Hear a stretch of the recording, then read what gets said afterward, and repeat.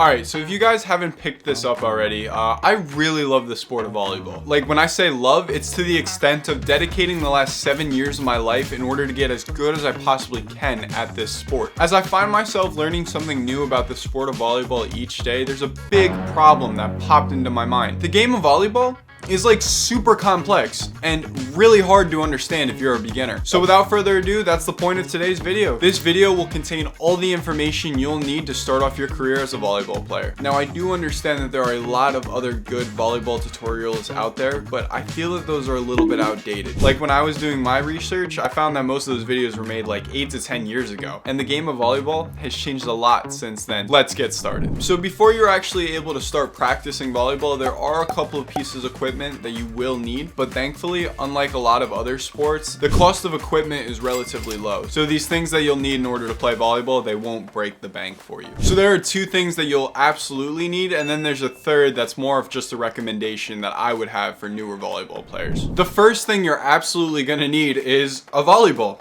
Now, there are a ton of different varieties of volleyballs out there, and different varieties are used for different types of volleyballs. For example, this volleyball right here would primarily be used for grass volleyball, which is a type of outdoor volleyball. As far as brands go, I would look at Moulton, Wilson, Spalding, Mikasa, and to start off, get a volleyball that won't necessarily break the bank for you, and you should be able to get a good volleyball for $50 to $60 or so. It's not too expensive. The main focus of this video is teaching indoor volleyball, and for that, you will absolutely need this second necessity, which is none other than a pair of volleyball shoes. Now, there are some volleyball brands out there like Mikasa that actually make volleyball shoes, but I find for the majority of volleyball players, we end up just using basketball shoes. My personal favorites have always been Kyrie's or Giannis's, and these Giannis Immortalities have been the shoes that I've been rocking for the last 2 years of my volleyball career. So just like with all shoes, they can range from being super expensive to pretty cheap. These ones in particular, I'm pretty sure cost me around $80-ish.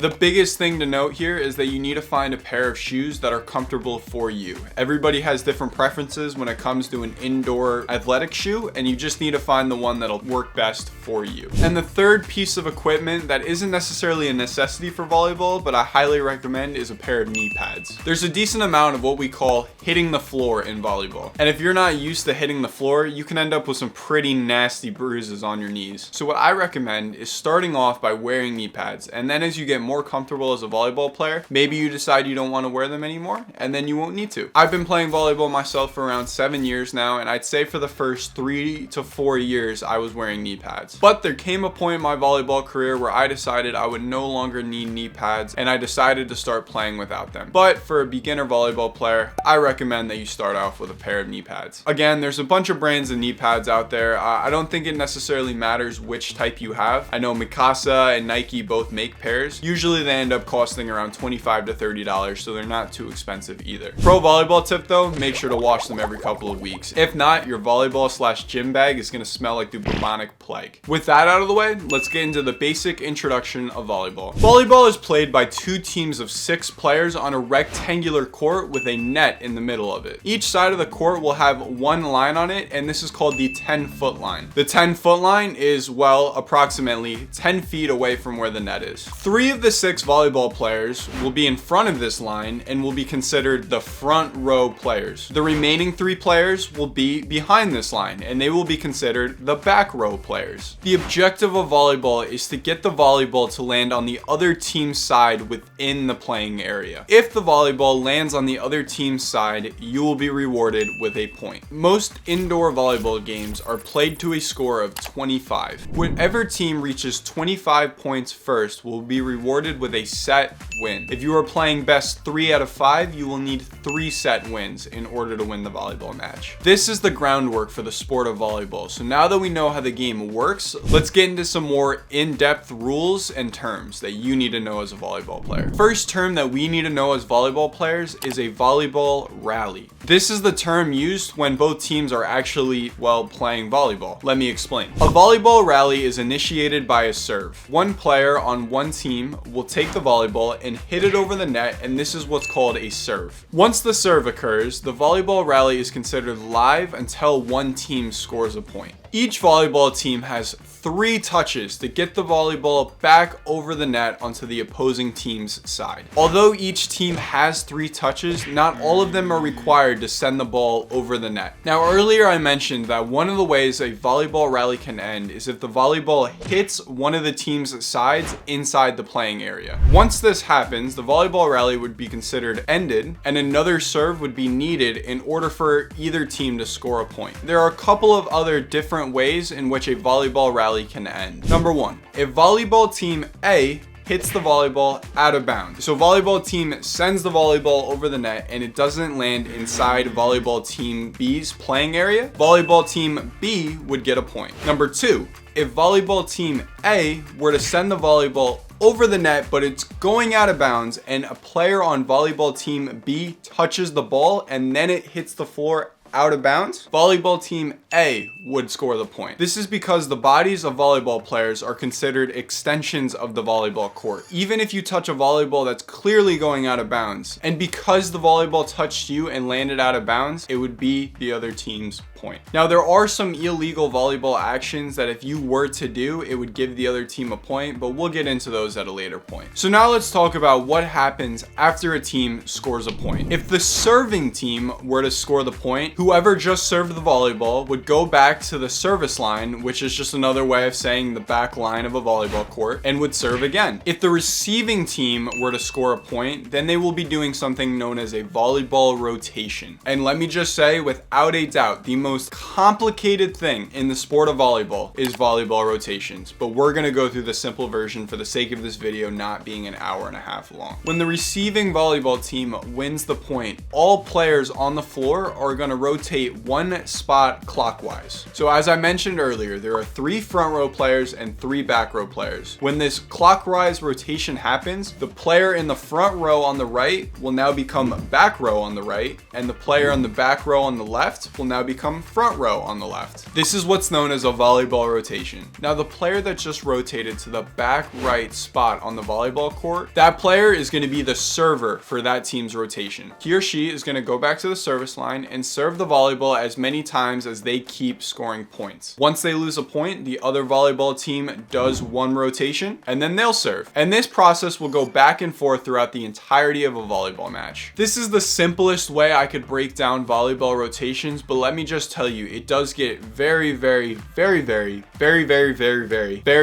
complex. And in a future video, I would like to go more in depth onto how volleyball rotations actually work. I feel that this is all the essential information you should need in order to get yourselves out there and onto a volleyball court. But in order to actually play the game of volleyball, we need to understand the skills. So let's go through the 5 basic skills that make up the game of volleyball. Oh, one sec. Before we go any farther into the video, I would like to take a moment to thank the sponsor of today's video, VKTRY Insoles. As you'll come to learn, jumping is a huge part of the game of volleyball. And what you're gonna find pretty quickly is that volleyball players who can jump higher than the rest are usually gonna be the better volleyball players. That's why I recommend VKTRY Insoles. These are the world's best carbon fiber insoles. What you'll find in most volleyball and basketball shoes are these flimsy pieces of foam that are supposed to act as your insoles for your feet. And not only do these things do nothing to protect you against the wear and tear that volleyball can have on your body, they don't do anything to help your jumping ability either. That's why we got to get rid of these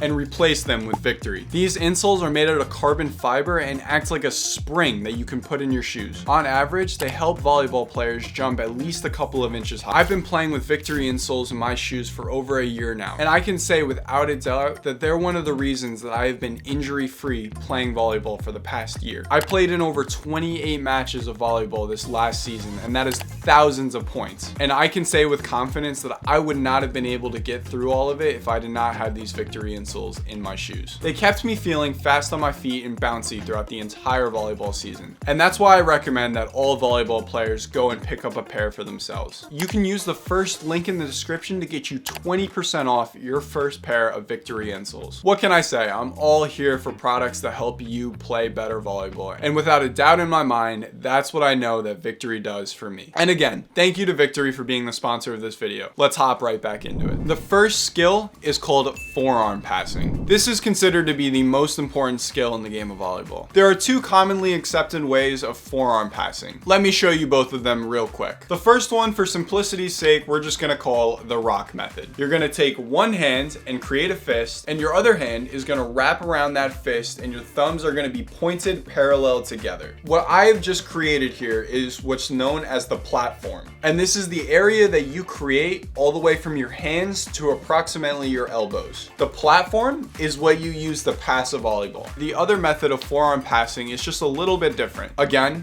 for simplicity's sake, we're gonna call it the pancake method. You're gonna take one hand and lie it flat just like this, just like a pancake, and your other hand is gonna lay on top just like that. Your thumbs are gonna come in, again, be parallel to each other, and your hands are just gonna kind of fold in as you put your thumbs together. So again, rock method, pancake method. Me personally, I grew up using the rock method, and the reason why I do recommend you learn the pancake method is because the rock method, while it's fine and you can be a perfectly good volleyball player using that method, you leave less of your forearms exposed when you do the rock method. As to the pancake method, your forearms really open up, and this creates a greater amount of area that you can use to pass a volleyball. The next skill that we have on the list is called setting. Setting is the only skill in volleyball where you're allowed to contact the ball with both hands at the same time. This allows you as a volleyball player to precisely locate and put the volleyball wherever you want on the court, whether you're setting a teammate or you're setting the volleyball over the net. The best way for me to teach you how to set a volleyball needs a volleyball as an example piece. So grab your volleyball like so, and you can just set it in your lap for now, okay? My volleyball is in my lap. What you're gonna do is make a diamond-like formation with your hands. Your two pointer fingers right here will be the top of the diamond, and your thumbs will be the bottom of it. From there, you're gonna take your hands just like that and pick up the volleyball. So now I have the volleyball resting in my hands in that diamond formation. From here, I'm gonna back up a couple of steps. The volleyball above your forehead is the place where you will contact the ball as you're setting it. And then from here, what you're gonna do is push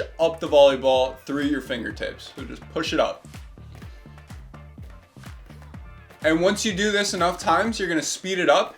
And this is around the speed your hands need to be in order to set a volleyball. Just like so.